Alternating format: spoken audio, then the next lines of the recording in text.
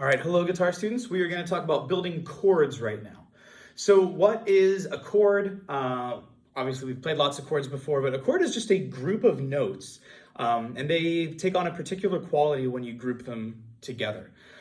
So for example, a C chord, when you've played a C chord before, even though we strum 5 strings for it, it's really just 3 notes. It's a C, an E, and a G. And then we happen to play 2 versions of that C, and we happen to play 2 E's out of it. But any main chord that we play is just going to be 3 notes. Yes, there are some chords that use more than that, but that's far beyond the scope of what we're worried about here. We've also dealt with 2 different types of chords so far, major chords and minor chords. And again, there are more than that, but that's going to get us through everything that we're concerned with right now. So major chords and minor chords. Now, how do we build these? And it's going to be the same kind of thing that we used when we built up a scale. That we're going to start on a note and we're going to use a pattern to find out how many steps, how many notes we need to go up to the next one. Well, let's build up first a C chord. So what I'm going to do for my C chord, my C major chord, I'm going to put a C down. Now, I want to show you what's going on here. I'm doing these little charts. We've got a major chord, we've got a minor chord. These blanks, I'm just waiting to write in the notes that are going to be the appropriate things to put in each place. We care about this up top. You'll see R, 3, and 5, the root, third, and fifth of a chord. I said that there are 3 notes in any chord. Well, each of them have a very distinct name, the root, the third, and the fifth. The root is the note by which we name the chord. In other words, in a C chord, C is the root. In a G flat minor chord, G is the root. And an F double sharp half diminished minor 7, F double sharp would be the root. You get the idea, right? So whatever I name it by, that's the root. And then we're going to mathematically figure out what the third and the fifth need to be. And I'll tell you why we call them the third and the fifth in a moment. Actually, I guess I might as well tell you right now. It's going to be a similar thing to what we did in the scale, where we must include certain letter names. In a scale, we had to have one of every letter.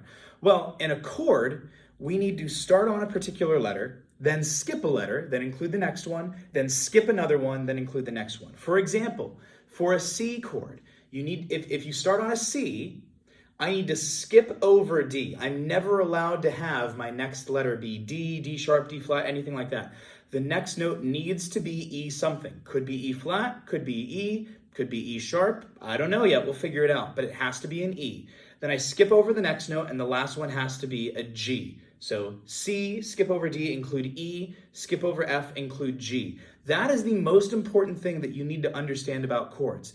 Have your root, skip the next letter, include the next letter, skip the next one, include the next one. And that's why we call them root, third, and fifth. There are 3 and 5. The root, we skip over the second, we include the third letter above it.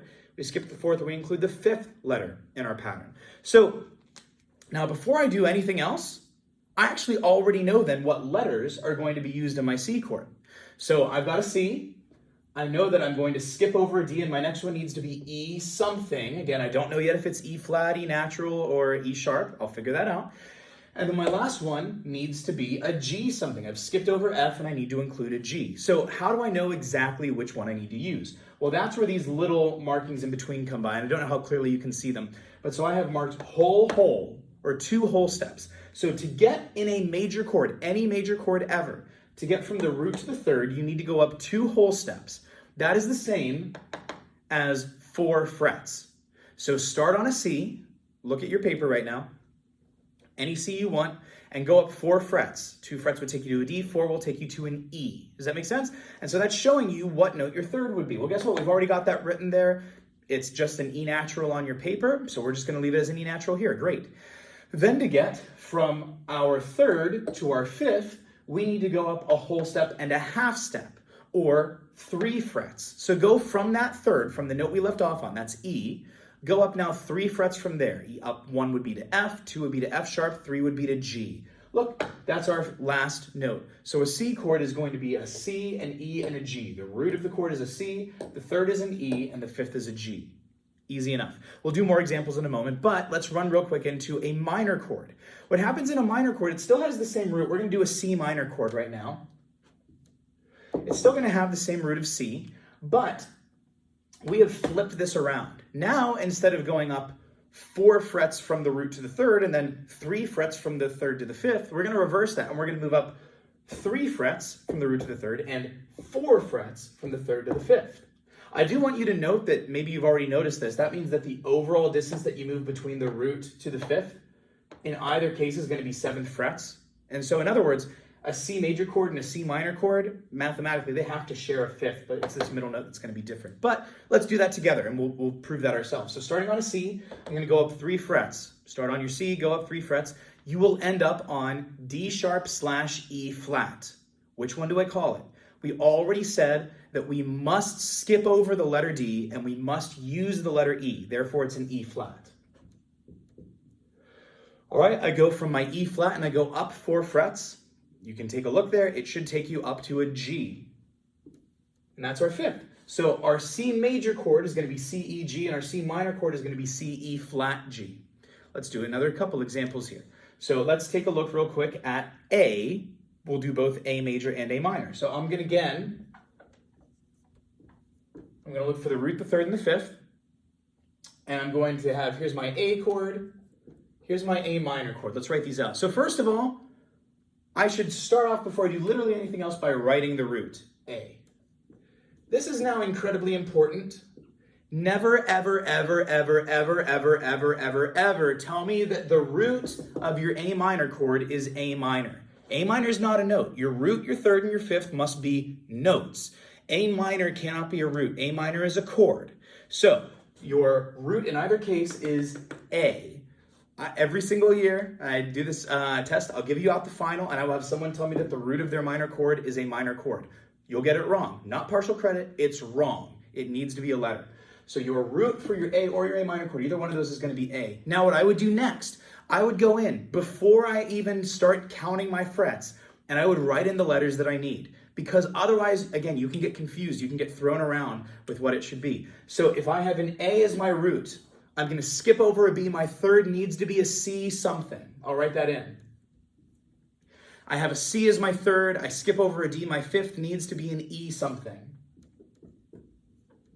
All right, so now what I'm doing, I've already got my letters written in, but these are probably wrong or maybe wrong. We don't know yet because we haven't actually done the numbers. So now what I'm doing when I actually do the numbers, I'm not looking for a letter name. I'm looking to find out, do I need to add a flat or a sharp anywhere? Let's take a look at that. So starting with my A major chord. All right, start on an A.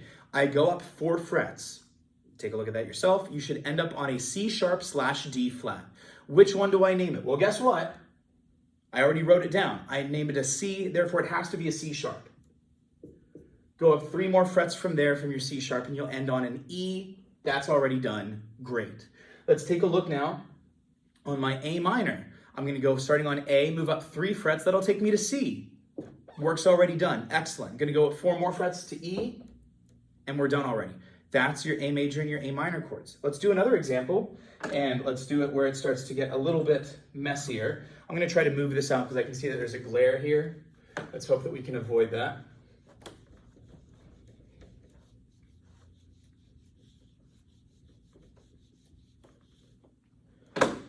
So I can run into some trickier situations. Let's take a look here. I'm going to write out I need my root, my third, and my fifth. And what I want to do right now, I want to do an A sharp major chord.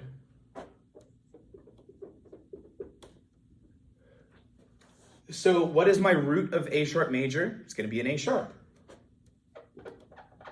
Again, if you want, you can just go and write in an A first and figure the sharp later, or you might as well write A sharp because it has to be. Again, whatever it's named by, that's going to be the root. But so again, before I count anything out, before I count my frets, before I do any of that stuff, I'm going to go ahead and I'm going to write out my letters first. So my third, if my root is an A, I skip a B, I need a C. If C is a third, I skip a D and I need an E. Go ahead and we'll take a look now. If I start on my A sharp, this is a major chord, so I'm going to move up 4 frets. Go ahead and look at it. You'll end up on a D. That should be a red flag, right? We can't call it a D. It has to be a C. So what do? I would say, what do I do to a C to move it up there so that it sounds like a D? I've had to sharp it twice, right? Start on a C, sharp it once, sharp it twice, you end up on that D. So the note here is a C double sharp. Once again, because of this chord, I am forced into calling it a C double sharp. Let's go up from there. From my C double sharp, which looks like a D on your paper, I'm going to go up 3 more frets and you should land on F. Again, this is going to get you into trouble. It's an E. What do I do to an E to make it sound like an F? I sharp it. This is an E sharp. You will be asked to do this in homework things, on your final exam. This is the best way to make sure that you get the letters right. If you put A sharp, D, and F, it is wrong. It's not partially right, it's completely wrong.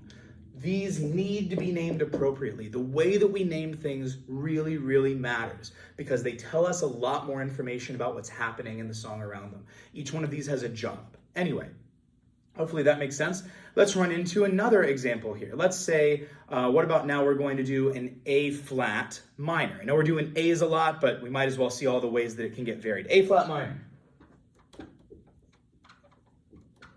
All right, I'm gonna look for the root again. Once again, do not tell me the root is A flat minor. That's not a note, that's a chord. A flat is the root. Once again, I'm gonna start by writing out, I know that my third is a C, I know that my fifth is an E before I ever do any of the math. Now I'll go up from an A flat, let me go up 3 frets, I'll land on B. I'm expecting you can follow me by now. We know that's going to in fact be a C flat. All right, from there, we go up 4 more frets and we're gonna end up on an E flat. That's our chord. So now we know how to build major and minor chords. And that's pretty much all that we need. Happy practicing.